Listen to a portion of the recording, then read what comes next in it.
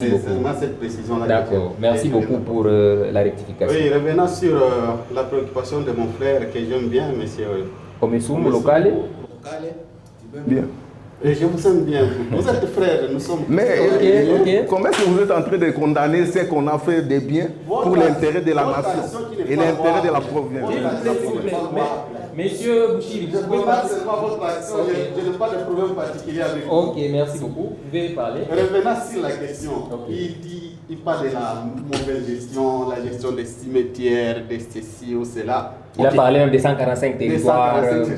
Voilà. Revenant d'abord sur la question de la gestion de M. Mangala.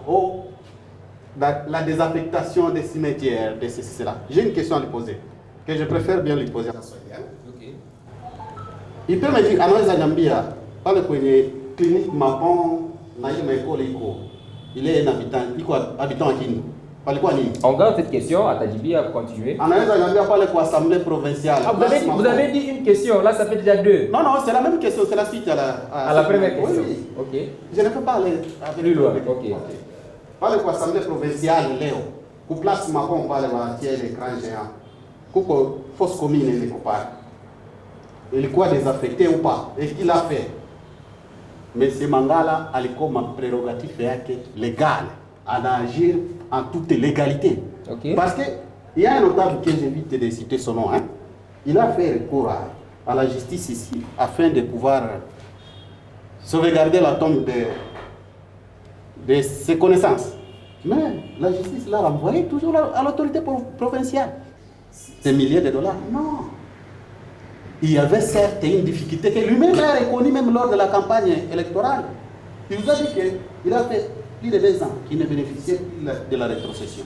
Vous pouvez agir. Or, je vous dis, la rétrocession contribue à 70% au budget de la province. Je vais parler. Alors, la province vivait comment? Ok.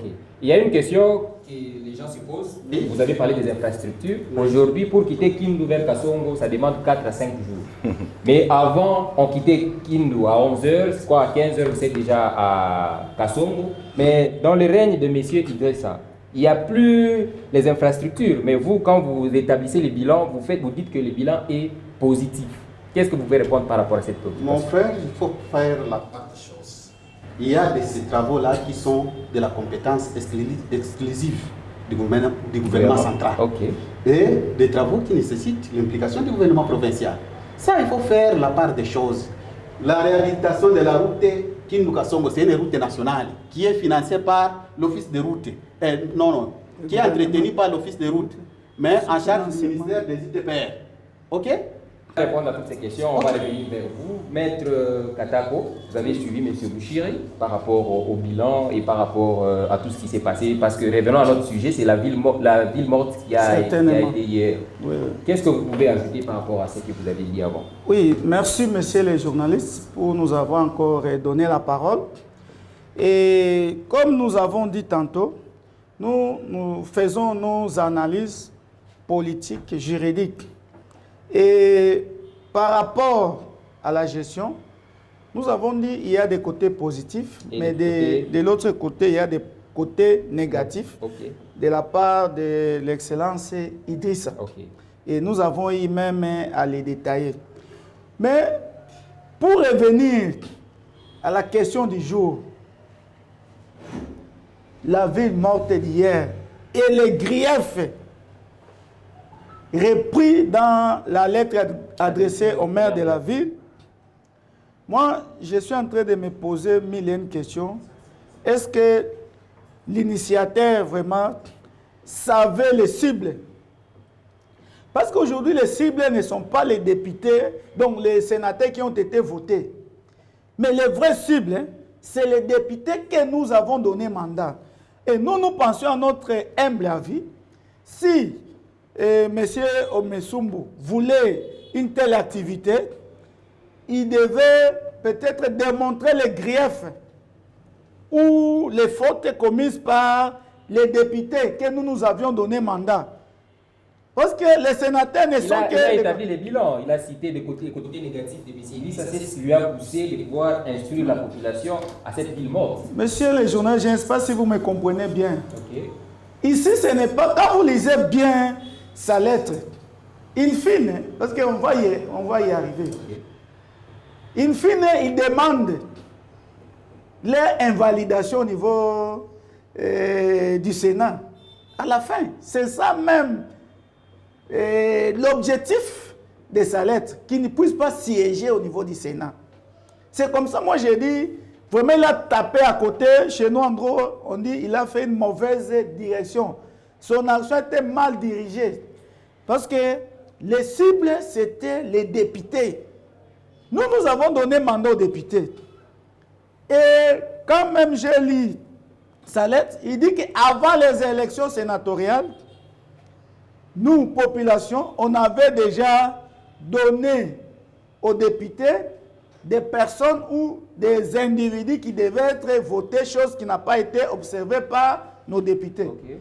Donc, c'était aux députés de faire une action pour leur faire voir que... Pour leur faire voir que non, vous n'avez pas suivi les mots d'ordre de nous qui sommes la population. Et comme je disais, cette action, vraiment, je vais ouvrir une parenthèse, à Kindu, d'après mes analyses et mes observations, on n'a pas une société civile. Ça, c'est selon vous? Oui, j'ai dit selon mes analyses, parce que les différentes sociétés civiles sont des partis politiques sous coulisses, implicites, qui viennent selon les obédiences. Et quand ils sortent au public, ils prennent la casquette d'être une société civile. Parce que comment expliquer?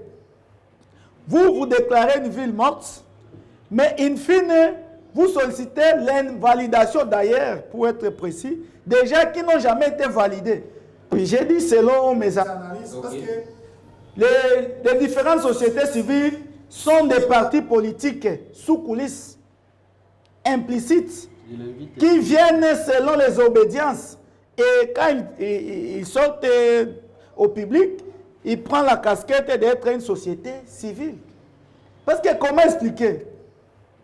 Vous déclarez une ville morte, mais in fine, vous sollicitez l'invalidation d'ailleurs, pour être précis, des gens qui n'ont jamais été validés. Parce que jusqu'au jour d'aujourd'hui, je suis devant ce plateau, Idriss n'est pas encore sénateur légalement constitué. Okay. Bitika n'est pas encore sénateur légalement constitué. Et les autres, c'est après leur validation qu'ils vont devenir des sénateurs. Mais avant qu'ils ne soient sénateurs, vous faites déjà une ville morte pour qu'ils soient invalidés. Je me demande, c'est ce bureau ici, qui est un bureau sortant, qui va invalider nos deux sénateurs? Merci, maître. Oui ou non, mais comment vous allez